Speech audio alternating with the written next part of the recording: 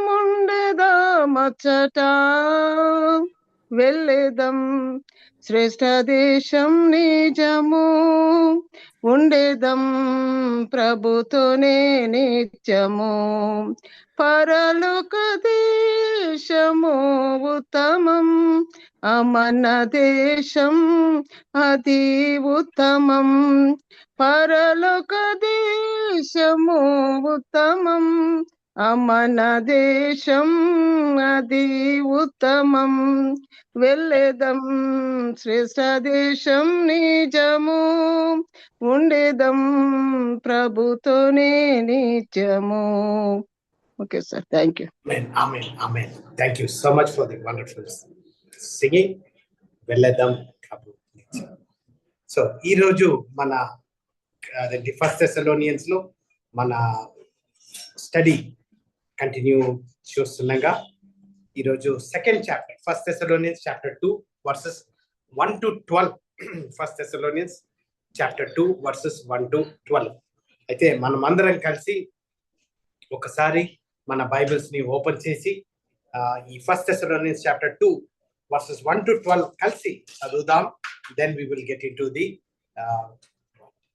First Thessalonians chapter 2 verses 1 to 12. For yourself, brethren, know our inheritance in unto you, that it was not in vain. Second verse. But even after that we had suffered before and were shamefully entreated, as we know, at Philippi, we were bold in our God to speak unto you the gospel of God with much contention. For our exhortation was not of deceit, nor of uncleanness, nor in guilt. But as we were allowed of God to be put in trust with the gospel, even so we speak, not as pleasing men, but God, which trieth our hearts. For neither at any time used we flattering words, as we know not of or of covetousness. God is witness, nor of men sought we glory, neither of you, nor yet of others, when we might have been burdensome as the apostles of Christ. But we were gentle among you, even as a nurse cherisheth her children. 8th verse. So being affectionately desirous of you, we were willing to have imparted unto you not the gospel of God only, but also our own soul, because we were dear unto us. He were dear unto us. For ye remember, brethren, our labor and travail, for laboring night and day, because we would not be chargeable unto any of you. We preach unto you the gospel of God. Ye are witnesses, and God also, how holy and justly and unblameably we behaved ourselves among you that believe. 11th verse. As we know that we exhorted and comforted and charged every one of you as a father does his children, that he would walk worthily of God, who hath called you unto his kingdom and glory. చిన్న ప్రార్థన చేసుకుందాం. Living heavenly father, thank you for these 12 verses from First Thessalonians chapter 2. Lord, speak to us. Give us that discernment to understand what Paul is writing, so that we would able to put it in practice. We would practically live out just as followers of you. In Jesus' most precious name I pray. Amen.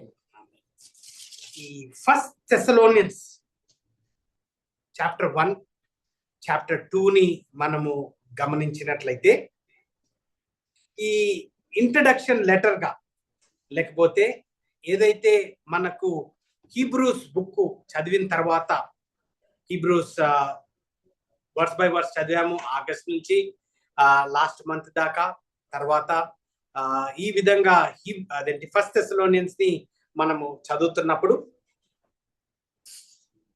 Thessalonians chapter 1 లో Paul, సిల్వనస్, Timothy ఒక 3 వారాలు ministry చేసిన తర్వాత వారికి ఒక reception of the gospel అని first chapter లో ఏ విధంగా అయితే వారికి సువార్త ప్రకటింపబడ్డదో, ఏ విధంగా అయితే ఆ సువార్తను వారు విని, ఏ విధంగా అయితే వారు మాసిడోనియా, అకియా పరిసర ప్రాంతాలకి వారు యేసుక్రీస్తుని వారు జీవించడము అదేంటి పౌలు తిమోతి దగ్గర నుంచి నేర్చుకొని వారికి ఎంకరేజింగ్ గా ఈ లెటర్ రాస్తారు. అయితే సెకండ్ చాప్టర్కి వచ్చే లోపలికే మనకు ఎక్కువగా క్యారెక్టర్ ఆఫ్ ద మెసెంజర్ గురించి మాట్లాడడం మనం గమనిస్తాం. ఈ తెస్సలోనియ సంఘస్థులు పౌలు, సిల్వనస్, తిమోతి ఈ సినగాగ్స్ కి వచ్చినప్పుడు అక్కడ సువార్త వారు ప్రకటించినప్పుడు ఆ సువార్తని విని వారు ఎప్పుడైతే యేసుక్రీస్తుని తన సొంత రక్షకునిగా అంగీకరించి ఆ రక్షణ మార్గంలో దినదినకి ఎదుగుదల గమనిస్తూ వారి ఎదుగుదల పౌలు వినడము, వారి ఫ్రూట్ఫుల్నెస్, మినిస్ట్రీ యొక్క ఫ్రూట్ఫుల్నెస్ ని మాసిడోనియా తర్వాత అకయ ప్రాంతాలలో అదేంటి నార్త్ సౌత్ వారు ఎలాగైతే వారు అవుట్ రీచ్ ని వారు ఏ విధంగా అయితే ఇన్ఫ్లుయెన్స్ చేయగలిగారో వింటున్నప్పుడు ఇక్కడ సెకండ్ చాప్టర్ లో ఈ మెసెంజర్ యొక్క క్యారెక్టరిస్టిక్స్ ని మనము కేర్ఫుల్ గా ఈ 12 వర్సెస్ లో మనము గమనిస్తాం. అయితే స్క్రీన్ మీద ఈ మెసేజ్ సర్మన్ టైటిల్ వచ్చి the balanced servant of God. Balanced గా ఒక యెహోవా యొక్క సువార్తను ప్రకటించేటప్పుడు ఏ విధంగా అయితే balance life both physically, mentally, తర్వాత లోకంలో ఉన్నప్పుడు దైవికంగా, ఆత్మీయంగా ఎలాగా బ్యాలెన్స్ చేయడము అనేది కంపల్సరీగా ఉంటుంది. అటు ఒక కాలు ఇటు ఒక్కొక్క కాలు కాదు. అదేంటి వాక్యానుసారంగా ఉన్నప్పుడు, వాక్యానుసారంగా జీవిస్తున్నప్పుడు, యేసుక్రీస్తుని ధరించినప్పుడు యేసుక్రీస్తు వలె how are we confronting the opposite side of our, అంటే మన శరీరము ఒక సైడు ఈ శరీర ఆశలతోటి ఈ లోకానుసారంగా మనల్ని ఒక సైడ్ నుంచి గుంజుకుంటూ వెళ్తున్నప్పుడు ఇంకొక సైడ్ నుంచి ఎలాగా వాక్యానుసారంగా ఒక బ్యాలెన్స్ లైఫ్ జీవించాలి అనేది మనము ఇక్కడ గమనిస్తున్నాం. ఈ ప్రపోజిషన్ స్టేట్మెంట్ ని మనము గమనించినట్లయితే proposition statement effective ministry requires a life marked by integrity in truth, tenderness in spirit and intentional guidance towards spiritual maturity. Integrity in truth, Satyam, truth గురించి మనకి ఇక్కడ సెకండ్ వర్స్ నుంచి 5th వర్స్ దాకా మనము గమనిస్తాం. The quality of a honest steward is integrity. Second verse లో, third verse లో, 4th verse లో, 5th వర్స్ లో మనకు tell the truth with boldness, with right motives, with sincerity అనేది మనము ఈ 2 నుంచి 5 వచనాల దాకా మనం గమనిస్తాం. ఇదే 6వ వచనం నుంచి 9వ వచనం దాకా గమనించినట్లయితే ఎలాగైతే ఒక తల్లి జెంటిల్ గా టెండర్ కేర్నెస్ తోటి వారి పిల్లల్ని ఒక ఆదరణగా ఒక కాపాడుకుంటూ అదేంటి వారికి పిల్లలకి బర్డన్సమ్ గా ఉండకుండా 6వ వచనంలో 7వ వచనంలో ఎలాగైతే ఒక వామ్ అఫెక్షన్, ఒక ప్రేమను, ఒక కృపను, ఒక దయను పిల్లలకి ఎలాగైతే చూపిస్తుందో, లేకపోతే 8, 9వ వచనంలో ఎలాగైతే ఒక సాక్రిఫైస్డ్ లవ్ ని, ప్రేమను అక్కడ కనపరుస్తుందో మనకు 6వ వచనం నుంచి 9వ వచనం దాకా మనకు పౌలు తెస్సలోనియ సంఘానికి ఎంకరేజ్ చేస్తున్నారు. ఇదే 10 to 12 వర్సెస్ లో గమనించినట్లయితే the quality of a concerned father, ఒక తండ్రిగా ఎలాగైతే పిల్లలకి గైడెన్స్, ఎలాగైతే ఒక గాడ్లీ వాక్ ని తండ్రి పిల్లలకు నేర్పిస్తాడో, ఒక సీరియస్నెస్ అనేది ఈ 11th to 12th వర్సెస్ దాకా మనము గమనిస్తున్నాం. అయితే మనము ఆల్రెడీ ఈ వచనాల్ని మనము చదివి ఉన్నాం. అయితే ఇది వర్స్ బై వర్స్ స్టడీ కాబట్టి మనము కొంచెం టైం తీసుకొని ఈ వర్స్ బై వర్స్ స్టడీగా చూస్తున్నప్పుడు ఇక్కడ మనం గమనించినట్లయితే పౌలు ఈ తెస్సలోనియ సంఘానికి ఏ విధంగా రాస్తున్నాడు అనేది మనము గమనించాలి. చాలా సార్లు యేసుక్రీస్తుని నమ్మి బాప్తిజం పొంది బాప్తిజం అయిపోయిన తర్వాత నేను క్రైస్తవుణ్ణి అనుకొని ఒక మబ్బులో మనము ఉన్నట్లయితే దయచేసి we need to be careful. ఎప్పుడైతే బాప్తిజం తీసుకున్న తర్వాత అప్పటి నుంచి మనం క్రీస్తు వలె జీవించడము ముఖ్యంగా ఉంటుంది. చాలా సార్లు క్రీస్తు వలె జీవించాలి అని అనుకున్నప్పుడు, రక్షణ పొందినప్పుడు ఆ ఇనీషియల్ గా ఫ్రెష్ గా వాక్యాన్ని చదువుతూ దైవికంగా సంఘములో పాస్టర్ గారితో వాక్యాన్ని, ప్రార్థనా జీవితాన్ని ఎక్కువగా రోజుకి రోజుకి ఎదగాలి, నేను క్రీస్తుని ఫాలో అవుతున్నాను కాబట్టి నేను ఇమిటేట్ చేయాలి యేసుక్రీస్తుని అని అనుకొని మెల్లమెల్లగా ఆ బ్యాలెన్స్ ని తప్పుకుంటూ పోతుంటాం. ఎందుకంటే లోకానుసారంగా చూసి ఆ కుట్రత్వమును, ఆ బ్లేమ్ ని, లేకపోతే ఆ కఠినత్వాన్ని గమనించేటప్పుడు చాలా సార్లు ప్రజలు ఆ బ్యాలెన్స్ కోల్పోతారు. పర్సనాలిటీగా లేకపోతే కాండక్ట్ గా మనము గమనిస్తున్నాం. అయితే ఈ బ్యాలెన్స్ కోల్పోయేటప్పుడు ఇక్కడ బిబ్లికల్ గా మనం గమనించినట్లయితే, ఎగ్జాంపుల్ మోషేని మనం గమనించినట్లయితే, అతను హీ వాజ్ వెరీ మీక్, చాలా తగ్గింపు, చాలా సాఫ్ట్ పర్సన్ గా మనం గమనిస్తాం. He was very meek but he was stern. He was meek but stern. Moses character ని మనం గమనించినట్లయితే he was very meek but he was very stern. ఇదే దావీదు జీవితంలో గమనించినట్లయితే he had a tender heart.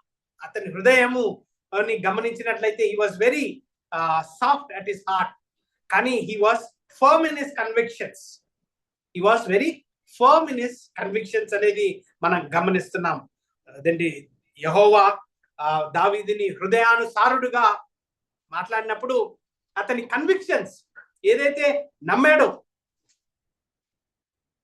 తర్వాత దావీదు సంతానం నుంచి వచ్చిన యేసుక్రీస్తు is a perfect balanced life. అతని యేసుక్రీస్తు క్యారెక్టర్ ని మనం గమనించినట్లయితే శరీర రూపంలో దైవికాన్ని రెండింటిని బ్యాలెన్స్ చేసుకుంటూ మనకు యేసుక్రీస్తు బికమ్స్ ఏ పర్ఫెక్ట్ బ్యాలెన్స్. గమనించాలి, యేసుక్రీస్తు పర్ఫెక్ట్ బ్యాలెన్స్ మనకు ఒక ఎగ్జాంపుల్ గా ఇచ్చినప్పుడు he is not asking for perfection in our life, but he is asking for obedience, he is asking for discipline, he is asking for reverence అనేది మనము గమనిస్తున్నాం. ఈ ప్రపోజిషన్ స్టేట్మెంట్ లో గమనించినట్లయితే effective ministry requires a life marked by integrity. Integrity అనేది ముఖ్యంగా మనము గమనిస్తున్నాం. మన క్రైస్తత్వములో మనం గమనించినట్లయితే ఎప్పుడు నేను క్రీస్తుని ఫాలో అవుతున్నానో నేను ఐఎమ్ ఏ క్రిస్టియన్ అని నేను పిలుస్తుంటాను. నేను ఎప్పుడైతే నా పాప జీవితాన్ని నేను కనుక్కొని నేను పాపిని అని, నేను ఆ పాపం నుంచి నేను రక్షింపబడాలి అని యేసుక్రీస్తుని ఎప్పుడైతే నా సొంత రక్షకునిగా అంగీకరించానో, ఇది ఆత్మ ద్వారా అనుగ్రహింపబడ్డది. నా సొంత కష్టము ద్వారా, నా సొంత జ్ఞానం ద్వారా, నా సొంత తెలివి ద్వారా ఇది కనపరచబడలేదు. నేను లోబడినందుకు ఆత్మ నాకు ఎప్పుడైతే నేను పాపిని అని నేను గుర్తించానో, నా శరీరము పాపపు శరీరంలో ఉన్నప్పుడు నేను పాపిని, నాకు రక్షకుడు కావాలి అని నేను ఎప్పుడైతే గ్రహించానో, నేను ఎప్పుడైతే యేసుక్రీస్తుని నా సొంత రక్షకునిగా అంగీకరించానో, నాకు మారు మనసు పొందినట్టుగా, that is what I believe and I live and I cherish those precious moments. అయితే ఇది ఆత్మీయంగా నేను పుట్టినప్పుడు, అఫ్ కోర్స్ నా పేరెంట్స్ నాకు ఫిజికల్ బర్త్ ఇచ్చినా కానీ నా ఆత్మీయతను నేను కనపరుచుకుంటున్నప్పుడు, లాస్ట్ సర్మన్ లో గమనించినట్లయితే రక్షణ ఎలాగైతే ఆత్మీయంగా ఇవ్వబడ్డదో, అది రక్షించేదాకా, నన్ను రక్షించిన తర్వాత నన్ను మరణం దాకా నన్ను ఎలాగైతే అతను రోజుకు రోజుకి స్పిరిచువల్ బ్యాటిల్లో నన్ను ఎదగనిస్తాడో, ఆ ఇన్ఫ్లుయెన్స్ ని నేను ఇతరులకి కనపరచలేనట్లయితే, ఫ్రూట్ఫుల్ గా లేనట్లయితే, అది I need to check myself. నేను లోకానుసారికి వెళ్ళిపోతున్నానా, లేకపోతే నేను ఆత్మీయంగా ఎదుగుతున్నానా అనేది మనం గమనించాలి. సో ఈ జీవితాన్ని, ఆత్మీయతను, రక్షణను నాకు ఇచ్చినప్పుడు నా ద్వారా ఇతరులకి ఆ రక్షణను ఎలాగా నేను కనపరుచుకోవాలా, ఎలాగా నేను ఇన్ఫ్లుయెన్స్ చేయాలి, ఎలాగా నేను సువార్తని ప్రకటించాలి, ఎలాగా నేను ఎవాంజలిజం, ఈ డిసైపుల్షిప్, ఎలాగా పౌలు అయితే అదేంటి సిలవనస్ అయితే, తిమోతి అయితే ఎలాగైతే వారు తెస్సలోనే సంఘానికి వెళ్ళినప్పుడు ఎలాగైతే సువార్తని ప్రకటించినప్పుడు తెస్సలోనే సంఘమంతా యేసుక్రీస్తుని నమ్మింది. వారు దినదినానికి వారు రక్షణలో వారి స్పిరిచువాలిటీలో ఎదగడం మనము గమనిస్తాం. అయితే for yourself brethren, know our entrance is unto you that it was not in vain అని ఫస్ట్ వర్స్ లో మనము గమనిస్తాం. ఈ ఫస్ట్ వర్స్ లో గమనించినట్లయితే అక్కడ గమనించాలి, ఒక స్టివర్డ్ గా, ఇమేజ్ ఆఫ్ ఏ స్టివర్డ్, అదేంటి డ్యూటీ ఓరియంటెడ్. స్టివర్డ్ అంటే ఎవరైతే ఒక మేనేజర్ కి, ఒక వ్యక్తికి పని చేస్తున్నప్పుడు ఆ పని చేయడానికి ఆ జాబ్ ని ఇచ్చినప్పుడు ఆ డ్యూటీని దాన్ని కరెక్ట్ గా ఆ మేనేజర్ ఏ విధంగా అయితే అనుకుంటున్నాడో, ఏ విధంగా అయితే నేను ఆ పనిని చెయ్యాలో నేను క్లియర్ గా కరెక్ట్ గా చేస్తున్నట్లయితే that is how it is stewardship అనేది మనం గమనిస్తున్నాం. అయితే ఈ ఫస్ట్ వర్సలో మనకు ఫౌండేషనల్ ట్రూత్స్ ని మనకు ఇస్తున్నాడు. మనం ఎలాగా యెహోవా మనకి అనుగ్రహించిన రక్షణను ఎలాగా ఇతరులకు మనము ఇన్ఫ్లుయెన్షియల్ గా ఉండాలి, ఎలాగా మనము స్వార్థని జీవించడము విషయంలో ఇక్కడ మాట్లాడుతున్నప్పుడు అక్కడ వాడబడిన మాట ఫస్ట్ వర్స్ లో నాట్ ఇన్ వెయిన్ అని మనం గమనిస్తున్నాం.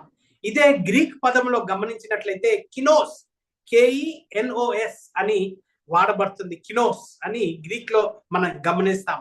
అంటే ఎంటీ, లేకపోతే దాని యొక్క meaning hollow, without any substance.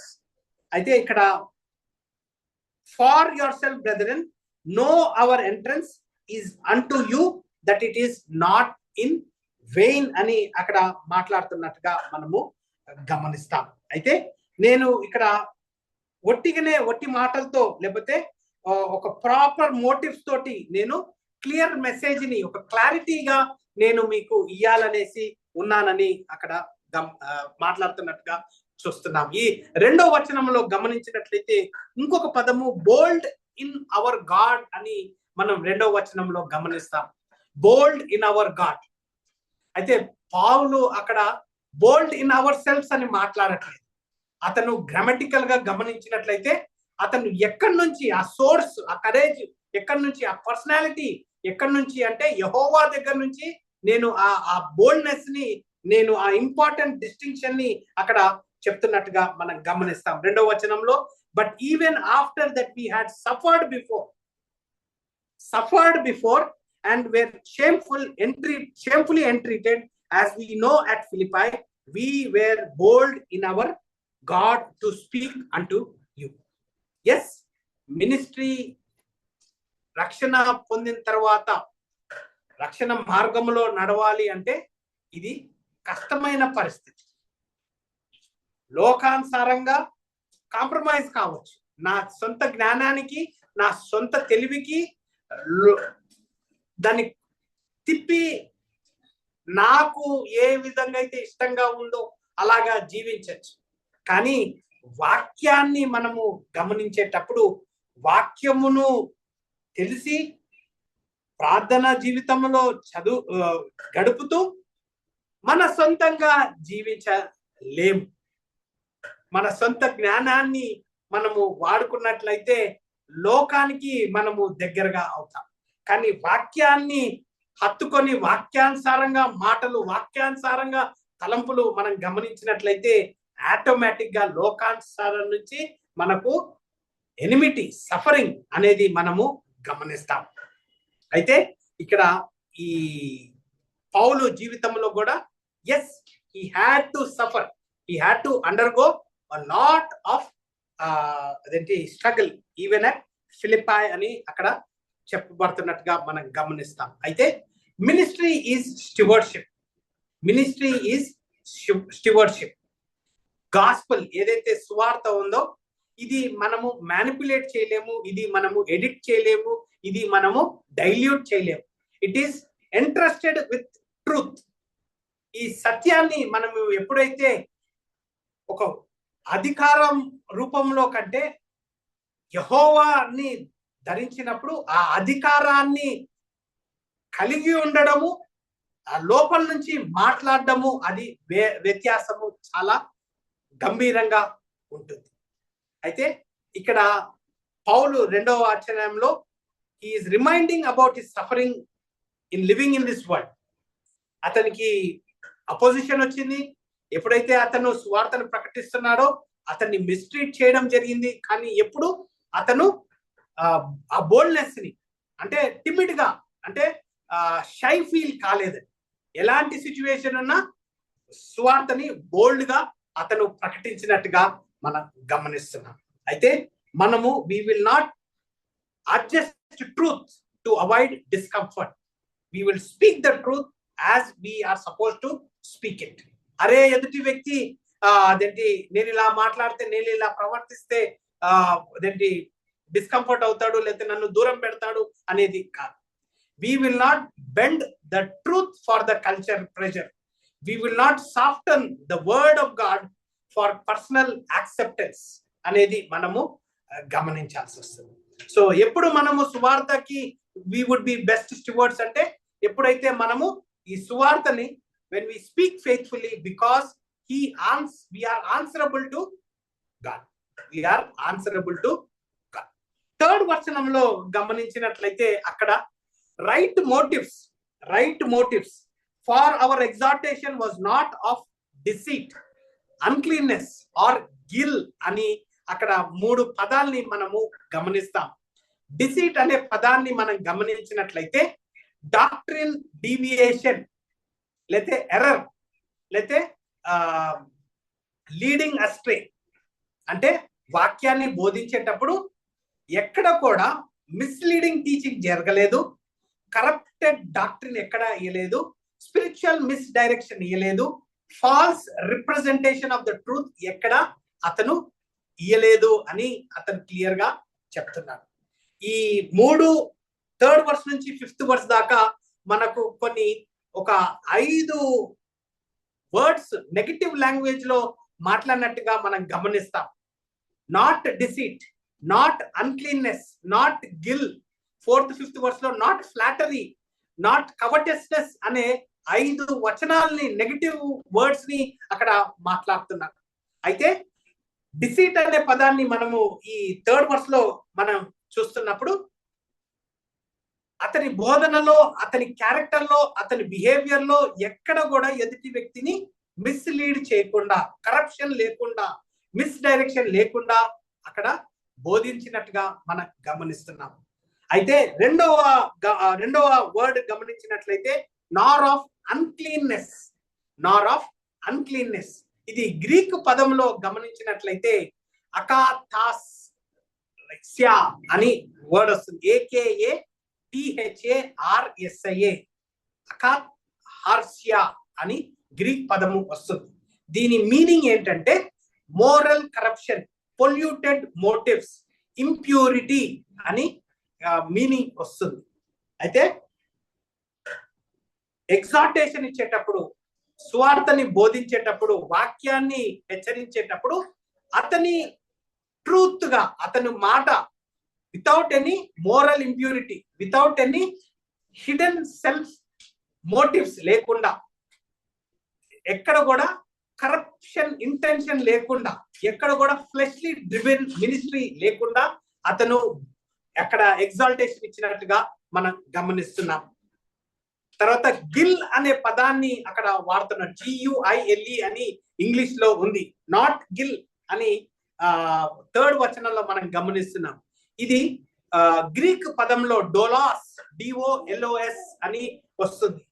ఈ గిల్ అనేది గ్రీక్ పదంలో నుంచి మనం మీనింగ్ ని గమనించినట్లయితే ట్రికరీ, మ్యానిపులేషన్, క్రాఫ్టీనెస్, బెయిట్ అనేది మీనింగ్ వస్తుంది. బెయిట్ అంటే చేపల్ని పట్టుకునేటప్పుడు ఒక హుక్ వేసి దానికి చిన్న ఎర్త్ వామ్ వేస్తారు. అది నీళ్ళలో పడినప్పుడు ఎప్పుడైతే అది జరుగుతుందో చేపలకి వెంటనే అది ఆహారంలా కనిపించి అది వెంటనే దానికి హత్తుకుంటుంది.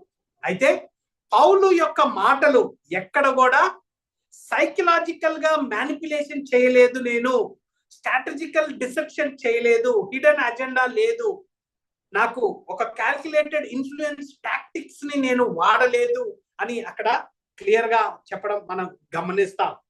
4th verse లో గమనించినట్లయితే, but as we were allowed of God, 4th verse లో as we were allowed of God అని అక్కడ మనం గమనిస్తున్నాం. అంటే అతను నిర్ధారిస్తున్నాడు, నన్ను యెహోవా మీకు బోధన చేయమని నాకు ఈ కృపనిచ్చినప్పుడు I am approved of God, I am a servant of God seeking one approval, that is God himself. ఎప్పుడైతే మనము మనుషులని ప్లీజ్ చేయాలనుకుంటుంటామో, ఎప్పుడైతే మనము మనుషుల ఫేవర్ ని కావాలనుకుంటామో, కంపల్సరీ ట్రూత్ ని, సత్యాన్ని నెగోషియేట్ చేయాల్సి వస్తుంది. కానీ ఇక్కడ పౌలు యొక్క ఉద్దేశము లేకపోతే పౌలు యొక్క అప్రూవల్ ఎక్కడి నుంచి వచ్చిందంటే యేసుక్రీస్తు దగ్గర నుంచి వచ్చింది. కాబట్టి నేను I have been allowed of God to put in trust with the gospel. Even so we speak not as pleasing men, but God which tries our heart. గమనించాలి, యెహోవా మన మాటలు, మన క్రియలు, మన చేష్టలు మనుషులు గమనిస్తే యెహోవా మన హృదయాన్ని, మన ఆలోచనల్ని గమనిస్తా. ఏ విధంగా నేను ఆలోచించి ఆ మాటలు మాట్లాడుతున్నా, ఏ విధంగా నా హృదయంలో ఆ ఇంటెన్షన్స్ ఎప్పుడైతే అవి పుట్టాయో ఇమీడియట్ గా నా యాక్షన్స్, నా నడవడిక, నా ఉద్దేశాలు అన్ని మారిపోతాయి. సో మనం మానవుణ్ణి ఫూల్ చేయొచ్చు, మానవుణ్ణి ట్రిక్ గా చేయొచ్చు, కానీ యెహోవాని మనము ఆ విధంగా మనం చేయలేము. 5th verse లో గమనించినట్లయితే, tell the truth with sincerity. ఎక్కడ కూడా 5th verse లో, for neither at any time used we flattery words as we know nor a cloak of covetousness, God is witness. అక్కడ ఫ్లాటరీ, కవర్టెస్నెస్ అనే పదాల్ని మనము Greek పదాల నుంచి మనము చూసినట్లయితే, ఫ్లాటరీ అంటే గ్రీక్ పదములో కొలాకియా, KOLAKEIA అని వస్తుంది. అయితే దీన్ని ఫ్లాటరీ అంటే hidden self motives, insincere praise used to gain advantage అని మీనింగ్ వస్తుంది. Insincere praise used to gain advantage. ఈ ఫ్లాటరీ వల్ల ఏమవుతుందంటే ఆర్టిఫిషియల్ ప్రైజ్ ఉంటుంది, వర్బల్ మ్యానిపులేషన్ ఉంటుంది, saying what people want to hear, తర్వాత ఈగోని ట్రిగర్ చేసినట్టుగా మనం గమనిస్తున్నాం.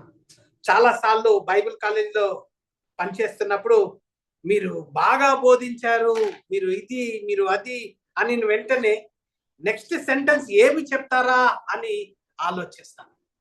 ఆ నెక్స్ట్ సెంటెన్స్ వారి మాటలలో, వారి హృదయంలో ఉన్న ఇంటెన్షన్ క్లియర్ గా బయలుపడుతుంది. సో మొదటి మాటలతోటి నేను అరే ఎంత మంచిగా మాట్లాడుతున్నాడు అనుకుంటే, రెండో సెంటెన్స్ ట్రాప్ గా కుట్రత్వంతో నా ఈగోని మ్యానిపులేట్ చేస్తూ ఆర్టిఫిషియల్ ప్రేజ్ తోటి వర్బల్ గా వారు నన్ను సైకలాజికల్ గా వారు డిస్టర్బ్ చేస్తున్నది నేను వెంటనే ఎప్పుడు గమనించానంటే, ఎప్పుడైతే వాక్యాన్ని నేను నేర్చుకున్నాను.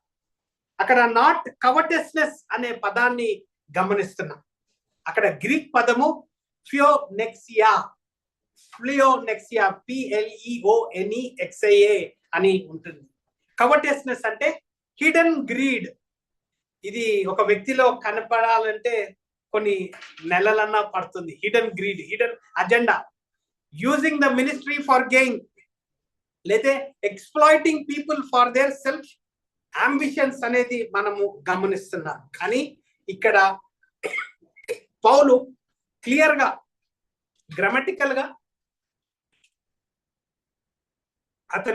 అతని మోటివ్స్ ని, అతని మేనర్ ని, అతని మెథడ్స్ ని, అపోస్తలి యొక్క డిఎన్ఏని అక్కడ బయలుపరుస్తున్నట్టుగా మనము గమనిస్తున్నాం. అయితే ఈ 2nd verse నుంచి 5th verse దాకా స్టివార్డ్షిప్ గా మనం గమనించేటప్పుడు, as believers in Christ, as Bible students గా మనం గమనించేటప్పుడు truth and responsibility is our basic DNA. Truth and responsibility. We are stewards of the word of God.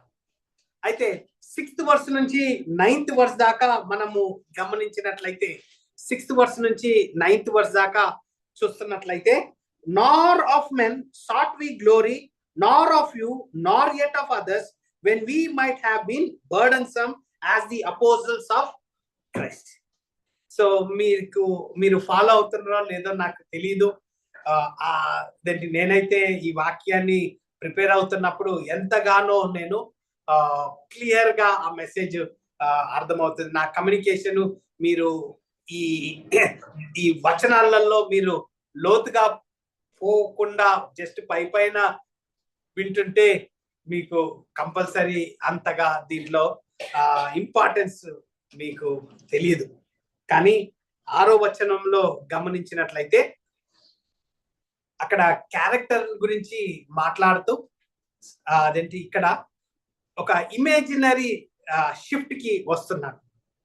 అంటే మదర్స్ స్టివర్షిప్ నుంచి ఒక మదర్ పిక్చరైజేషన్ ని మనము గమనిస్తున్నాం. Quality of a tender mother, tenderness అనేది మనం గమనిస్తున్నాం. అయితే గమనించాలి, ministry is not merely doctrinal accuracy. Ministry is relational engagement. Doctrine గొప్పదా, సిద్ధాంతం గొప్పదా, ప్రేమ గొప్పది అంటే సిద్ధాంతమే గొప్పది, కానీ రిలేషనల్ గా ఉండాలి అనేది మనకు ఈ 6వ వచనం నుంచి 9వ వచనం దాకా మనం గమనిస్తున్నాం. ఇక్కడ 6వ వచనంలో గమనించినట్లయితే పౌలు ఫస్ట్ థింగ్ 6వ వచనంలో ఏం చేస్తారంటే సెల్ఫ్ ఎగ్జాల్టేషన్ ని అక్కడ రిఫ్యూజ్ చేయడం మనం గమనిస్తాం. Is rejecting self exaltation. చాలా సార్లు ఒక వ్యక్తిని కలిసిన వెంటనే నేను ఇది చేశాను, నేను అది చేశాను, నేను ఇంత, నేను ఎంత, నా ఫ్యామిలీ ఇంత, నా బలగం ఇంత, అవన్నీ చెప్పుకుంటారు.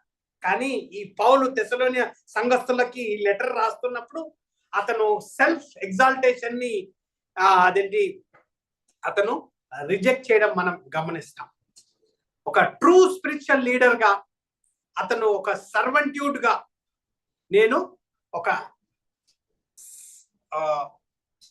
అథారిటీ కంటే టెండర్నెస్ తోటి అక్కడ మాట్లాడుతున్నాడు. అంటే ఒక సైడు అతను అథారిటీని పొజెస్ చేస్తున్నా కానీ దాన్ని ఇంపోజ్ చేయకుండా అతను కేర్ఫుల్ గా 6వ వచనంలో మాట్లాడుతున్నట్టుగా మనము గమనిస్తాం. అయితే ఏ విధంగా అయితే ఒక తల్లి తన బిడ్డలను ఒక కేర్, ఒక సెన్సిటివ్ గా, వారు ఎలాగా ఎదుగుతున్నారు, వారు ఎలాగా తింటున్నారు, వారు ఎవరితో మాట్లాడుతున్నారు, ఏ విధంగా అయితే ఒక తల్లి బర్డన్సమ్ గా ఉండకుండా స్పిరిచువల్ లీడర్షిప్ ని ఇంపోజ్ చేయకుండా, డిమాండ్ చేయకుండా, పర్సనల్ గ్లోరీ చేయకుండా ఏ విధంగా అయితే ఆ తల్లి బిడ్డల మీద ఇన్ఫ్లుయెన్స్ చేస్తుందో ఆ విధంగా 6వ వచనంలో మాట్లాడతారు. 7వ వచనాన్ని గమనించినట్లయితే, but we were gentle among you even as a nurse cherisheth her child. Gentleness reflects tenderness, gentleness reflects patience, gentleness reflects genuine concern. ఎప్పుడైతే ఎదుటి వ్యక్తి జెంటిల్ గా ఉన్నాడు అని మనము కనిపెట్టామంటే ఇమీడియట్ గా వరల్డ్ ఏం చేస్తుందంటే ఇతన్ని అడ్వాంటేజ్ తీసుకోవచ్చు, అంత తెలివి లేదు అని అంటున్నా. కానీ ఇక్కడ పౌలు he describes gentleness, he describes care, he describes tenderness. గమనించాలి, gentleness is not weakness, gentleness is a strength under control. Gentleness is a strength under control. Truth believed, delivered without tenderness often wounds rather than heals. ఎప్పుడైతే సత్యాన్ని ప్రేమతో, tenderness తోటి, care తోటి దాన్ని సత్యాన్ని బోధించినట్లయితే అది automatic గా రీబౌండ్ అవుతుంది. people receive truth best when they sense genuine care. అధికార రూపములో సత్యాన్ని అంగీకరిస్తారంటే బహుశా కొన్ని రోజుల దాకా ఉంటుంది. ఆ లీడర్షిప్, ఆ అథారిటీ లేనట్లయితే వెంటనే మళ్ళా తిరిగి ఆ పాత స్వభావానికి శరీరంలో ఉన్నాం కాబట్టి ఆటోమేటిక్ గా మనము వెళ్ళిపోతాం. కానీ ఇదే ఎప్పుడైతే అఫెక్షన్ తో ఉన్నప్పుడు, ఎప్పుడైతే అది ఒక వార్మ్నెస్ తోటి, టెండర్నెస్ తోటి, కేర్ తోటి ఉన్నప్పుడు అది ఎక్కువ రోజులు, ఎక్కువ కాలంగా ఆ ప్రేమలో, ఆ ఆత్మీయత, ఆప్యాయతలో మనము గమనిస్తాం. అయితే 8th verse 9th verse ని గమనించినట్లయితే పౌలు ఇంకా కొంచెం డెప్త్ కి వెళ్తున్నట్టుగా మనం గమనిస్తాం. So being affectionately desirous of you, we were willing to have imparted unto you not the gospel of God only, but also our soul, because he were dearly unto us. So ఏదైతే 8th verse లో ఉందో, this is the ministry at its highest level. No transactional, no mechanical. Transaction గా కాదు, mechanical గా కాదు. నువ్వు ఎందుకు సువార్త ప్రకటించాలి? నీకేమన్నా లాభం ఉందా? నీకేమన్నా డబ్బులు వస్తున్నాయా? నీకేమన్నా సేవ చేస్తున్నారా అని యూజువల్ గా మనము ఆ టర్మినాలజీలో వరల్డ్లీ కార్పొరేట్ స్టైల్లో వెళ్ళడం మనం గమనిస్తాం. కానీ ఇక్కడ పౌలుని గమనించినట్లయితే వ్యక్తిగతంగా, డీప్లీ పర్సనల్ గా అతను మాట్లాడుతున్నాడు. Yes, ministry requires investment, ministry requires time, ministry requires energy, ministry requires emotions. కానీ ఇది డబ్బుల వల్ల కాదండి. It is one on one, it is relational. అయితే ఎప్పుడైతే మనము సువార్తని ప్రకటించేటప్పుడు ప్రేమతోటి, మన జీవితంతోటి, మన మాట తీరు, మన నడకడ, మన ఆలోచన, మన వ్యవహారాలతోటి మనము సువార్త ప్రకటించకపోయినట్లయితే we are not a Christian life. We are not living a Christ like అనేది మనము గమనిస్తున్నాం. Tenderness governs servant spirit. కానీ ministry must move beyond comfort. ఈ 10th verse నుంచి 12th verse దాకా గమనించినట్లయితే ఇక్కడ ఒక ఫాదర్ ఇమేజ్ ని మనము గమనిస్తున్నాం. మదర్ ఇమేజ్ ఇస్తూ ఫాదర్ ఒక ఇంటెన్షనల్ డైరెక్షన్ ని మనకు ఈ 10వ వచనంలో గమనిస్తున్నాం. అక్కడ 10th verse లో, he are witness and God also how holy and justly and unblameably we behaved ourselves among you that believe. అక్కడ వెంటనే హోలీ, జస్ట్, బ్లేమ్లెస్ పౌల్ యొక్క కాండక్ట్ ని వారికి రిమైండ్ చేస్తున్నారు. తెస్సలోనియ సంఘస్థులు ఎప్పుడైతే పౌలు, సిల్వనస్, తిమోతి వచ్చారో, ఎప్పుడైతే ఆ సినగాగ్స్ లో వారు 3 వారాలు స్పెండ్ చేసినప్పుడు, సువార్తని బోధించినప్పుడు, ఇదే బెరియా సంఘస్థులు అయితే పౌలు బోధించేటప్పుడు ఇది ఇతను క్లియర్ గా చెప్తుండని లేఖనాల్ని క్షుణ్ణంగా తెలుసుకున్నారు. కానీ తెస్సలోనియ సంఘస్థులు వారి ఇంటిగ్రిటీ, వారి క్రెడిబిలిటీ, వారి టెండర్నెస్, ఒక connection, one on one relation, ఒక అథారిటీ ఏదైతే ఎగ్జాంపుల్ గా వారు బోధించారో దాన్ని గమనించి వారు సువార్తలో ముందుకు వెళ్ళినట్టుగా మనం గమనిస్తాం. ఈ 11th verse లో గమనించినట్లయితే కొన్ని సీరియస్ గా వాక్యానుసారంగా అక్కడ ఇచ్చినట్టుగా మనం గమనిస్తాం. ఈ టైం లేదు కాబట్టి 11th verse నుంచి 12th verse దాకా మనం గమనించినట్లయితే అక్కడ exhortation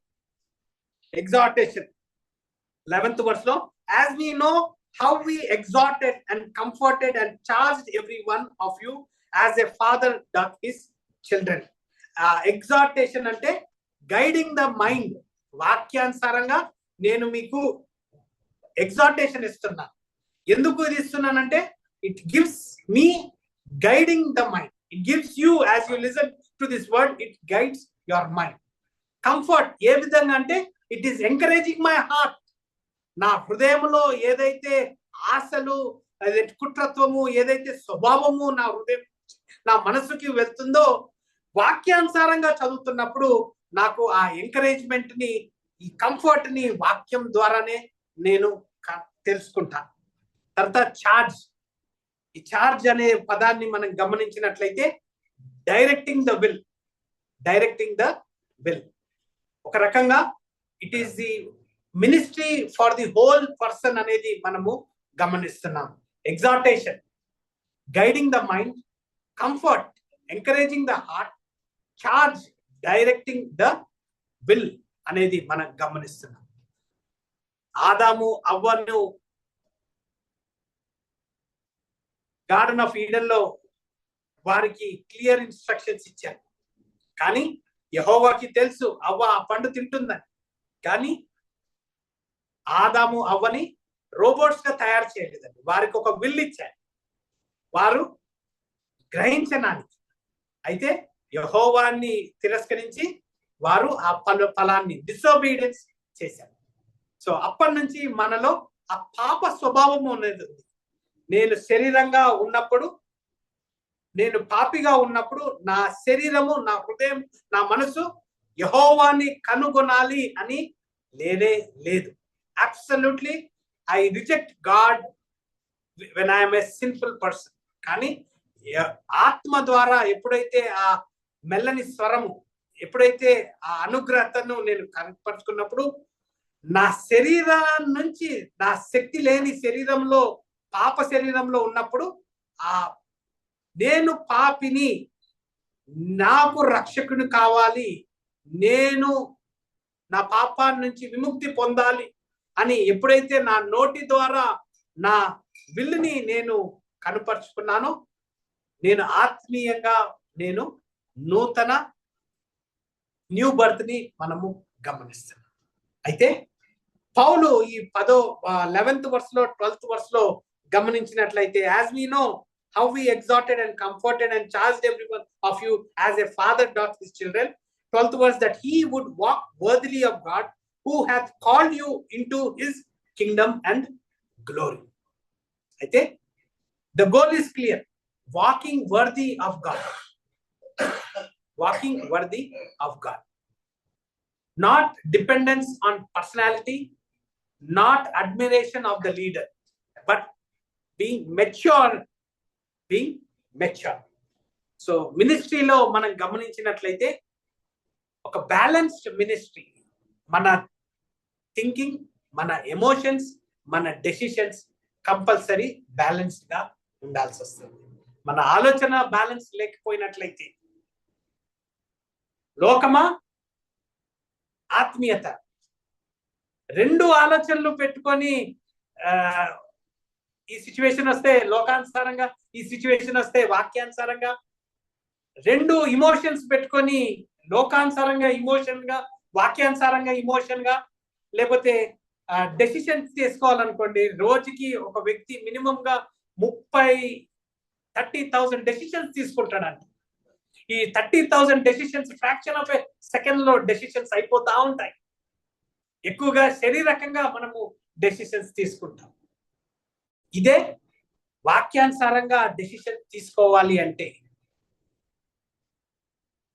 we need to have spiritual maturity. Complete గా ఈ 12 verses లో గమనించినట్లయితే, truth without tenderness becomes harshness. Truth, సత్యాన్ని ప్రేమతో, ఇంటిగ్రిటీ తోటి బోధించలేకపోయినట్లయితే అది హార్ష్నెస్ గా తయారవుతుంది. అయితే ఈ tenderness without truth becomes weakness. I repeat, tenderness without truth becomes weakness. Care without guidance becomes stagnation. Care without guidance becomes stagnation. ఇది యేసుక్రీస్తులో రక్షించబడిన సంఘముగా యెహోవా మనకిచ్చిన ఆధిక్యత. Effective servant of God must embody balance. Balance to be a courageous steward, the heart of a mother, the vision of a father. As Christians, సంఘంగా, క్రైస్తవులంగా మనము ఒక grafted into the body of Christ గా మనము represent అవుతున్నప్పుడు, good news Baptist అసెంబ్లీయే కాకుండా universal church గా గమనించినట్లయితే, ఇది ప్రతి ఒక్క బిలీవర్ జీవితంలో టెండర్నెస్, గమనించాలి. కరేజ్ ఆఫ్ ఏ స్టూవర్డ్, తర్వాత heart of A mother and vision of A father. Biblical గా బ్యాలెన్స్ ఉండాలి. Balance is not optional. Balance is not optional. Truth without grace becomes cruelty. Grace without truth becomes compromise. Care without guidance becomes stagnation. So stagnation అంటే ఒక రకంగా జీవం లేకుండా, stagnated అంటే అటు ముందుకు వెళ్ళరు, అటు వెనక్కి వెళ్ళరు. కానీ ఈ సెకండ్ చాప్టర్ లో ఫస్ట్ నుంచి 12th వర్స్ దాకా గమనించినట్లయితే Paul is bringing us to strong conviction. We need a soft heart, but we need a clear direction. How to influence others. This is a life given to us to live in this world. Kastamaina, we need to face this for the truth, for our Savior who is going to return back. అతను తిరిగి వచ్చినప్పుడు అతన్ని మనము ముఖాముఖిగా మనం చూస్తున్నప్పుడు how is he feeling is what we are supposed to remember. That is what we are supposed to remember. Imbalance అయినట్లయితే week influence ఉంటుంది. ఇంబ్యాలెన్స్ అయిన వెంటనే మన క్యారెక్టర్ దెబ్బతింటుంది. So there is no compromisation in balancing. So balance is not personality refinement. Balance is spiritual maturity. Balance is essential for fruitfulness and enduring in ministry. No matter what, we will live for Christ. Not I, but Christ. May the Lord bless this study. I request Reverend Dr. J. Shekhar Garu to come forward and lead us with a word of prayer and benediction. Thank you.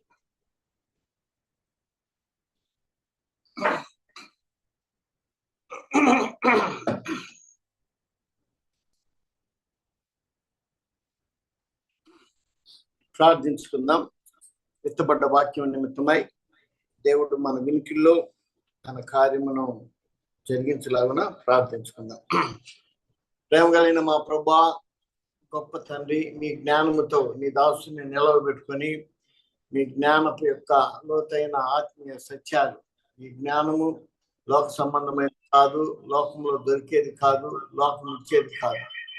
లోకం నుండి వచ్చిన ఈ జ్ఞానము ప్రభు నీ దాసుని నింపి ఆయన చుట్టూ మీ జ్ఞానంతో కంచి వేసి తెస్సలోనిక సంఘానికి ప్రభువా అపోస్తలుడైన పౌలు ఫిలిప్పులో ఉన్నప్పుడు ఎలాంటి శ్రమలు వారు ఎదుర్కొన్నారో, వారు ఏ విధంగా ధైర్యంగా సువార్త కొరకు ప్రభువా వారు ముందుకు వెళ్ళారో, మనుషులను సంతోషపెట్టాలని కాక దేవుని సంతోషపెట్టు వారుగా వాళ్ళు సేవలో అధికారం కలిగినప్పటికీ మరి వారి మధ్య సేవకులుగా, దాసులుగా మరి వారి యొక్క తగ్గింపును తెస్సలోనిక సంఘస్థులకు తెలియపరిచినప్పుడు వారు ఎంతో ప్రోత్సహించబడ్డట్టుగా నీ లేఖనం ద్వారా, ఈ దాసుని ద్వారా మా గమనానికి తెచ్చినందుకే వందనాలు చెల్లిస్తున్నాం.